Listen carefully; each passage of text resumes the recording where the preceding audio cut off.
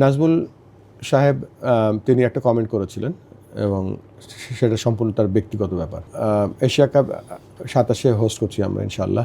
দর্শকরাই তো আমাদের সবথেকে বড় প্রাণ, সেই জন্যই আমরা ভালো খেলার শক্তি পাই।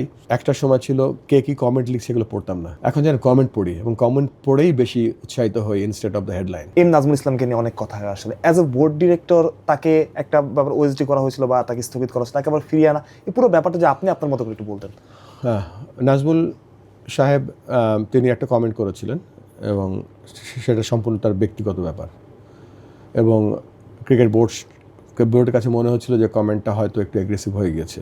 আমরা জানতে চেয়েছিলাম যে কেন আপনি এই ধরনের কমেন্ট করেছেন। তিনি সুন্দর করে লিখিত দিয়েছেন এবং সেটা আমরা পরবর্তীতে যে ডিসিপ্লিনারি টিম আছে, আপনারা হয়তো অনেক সময় সব কিছু প্রেসিডেন্ট বা সিইওকে জিজ্ঞেস করেন, কিন্তু এখানে বিভিন্ন কমিটি আছে, কমিটির সিদ্ধান্তগুলো নেয় এবং কমিটির সিদ্ধান্তটাকেই আমরা বোর্ডের সিদ্ধান্ত বলে মনে করি।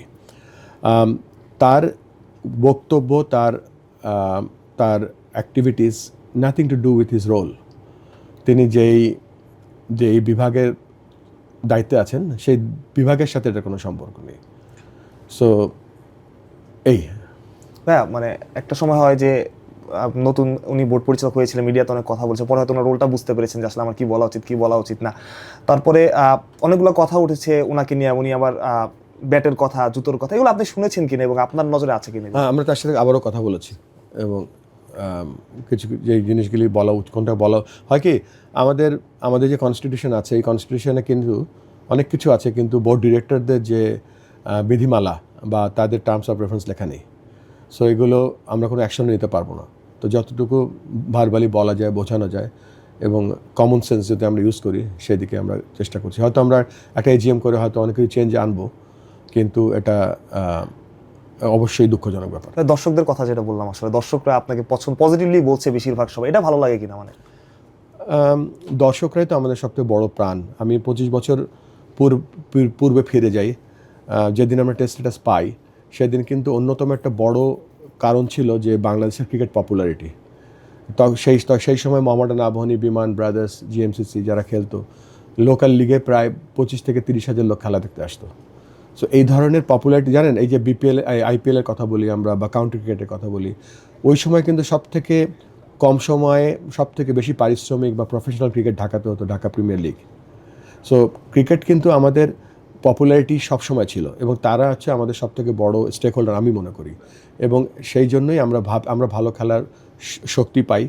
আমরা যখন ডাউন থাকি, জানেন, একটা সত্যি ঘটনা বলি, আজকাল তো সোশ্যাল মিডিয়ার যুগ এবং সোশ্যাল মিডিয়া যখন আমরা দেখি, তখন একটা সময় ছিল কে কী কমেন্ট লিখছে সেগুলো পড়তাম না, এখন যেন কমেন্ট পড়ি এবং কমেন্ট পড়েই বেশি উৎসাহিত হই instead of the headline.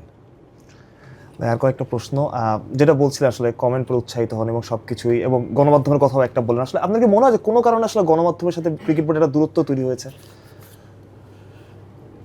Cricket বোর্ডের কিছু নীতিমালা আছে, তার মধ্যে থাকার চেষ্টা করে। ক্রিকেট বোর্ড হচ্ছে বাংলাদেশ ক্রিকেটের গভর্নিং বডি। ক্রিকেট বোর্ডটা চলে হচ্ছে এক ঝাঁক কর্মকর্তা কর্মচারী আছে, প্লাস 25 জন ডিরেক্টরস আছে।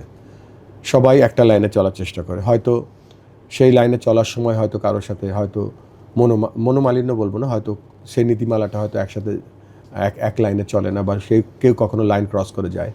সো আমরা ওইদিকে তাকাচ্ছি না, আমরা ক্রিকেট নিয়ে এগিয়ে যেতে চাচ্ছি এবং সকলকে নিয়ে এগোতে চাই। কোঅপ সম্পর্কে আপনার ধারণা কি, মানে পার্সপেক্টিভ এত নিয়ে কী তৈরি হয়েছে কোঅপের ব্যাপারে?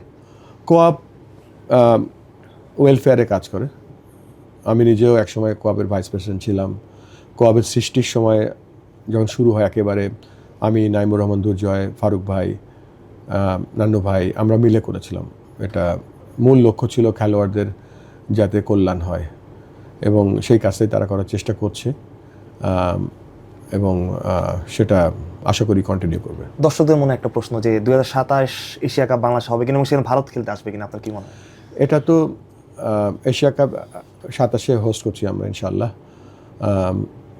আমরা চেষ্টা করব, কেননা তার আগে আমাদের সাথে বাইল্যাটারাল আছে এই বছর অগস্টে, তখনই বোঝা যাবে। সেটা কি হবে, আপনি আশাবাদী? আমরা অবশ্যই আশাবাদী।